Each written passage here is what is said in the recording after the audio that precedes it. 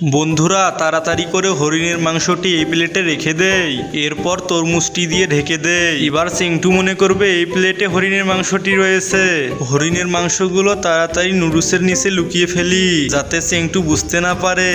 এবার চিংটুকে ডাক দেই, চিংটু খাবার রেডি হয়েছে, তাড়াতাড়ি চলে আয়। চিংটু এখন কিছু বুঝতে পারবে না। বল্টু এইখানে দেখি তো কি আছে, এইখানে হাত দিবি না, এটা আমি নেব। এটা নিয়ে আমি চলে গেলাম। বল্টু তো ভালো খাবারটা নিয়ে চলে গেল। এখানে তো সব ডিম দেখতে পারছি, ডিম তো আমি খাই না। দেখি তো নুডলসের মধ্যে কিছু দেওয়া আছে নাকি। ওয়াও, এখানে তো হরিণের মাংস দেখতে পারছি। এখন আমি হরিণের মাংসটা অনেক মজা করে খাবো। ডিমগুলো একটু খেয়ে দেখি তো। চিংটু এই নি সস দিয়ে তোর জন্য নুডলস বানিয়ে এনেছি। বন্ধুরা তোমরা যদি নুডলস খেয়ে থাকো তাহলে এই ভিডিওতে একটি লাইক করো, আর তুমি যদি তোমার মাকে ভালোবাসো তাহলে চ্যানেলটি সাবস্ক্রাইব করো। বল্টু নুডলসটা অনেক সুন্দর হয়েছে, অনেক মজা করে খেলাম।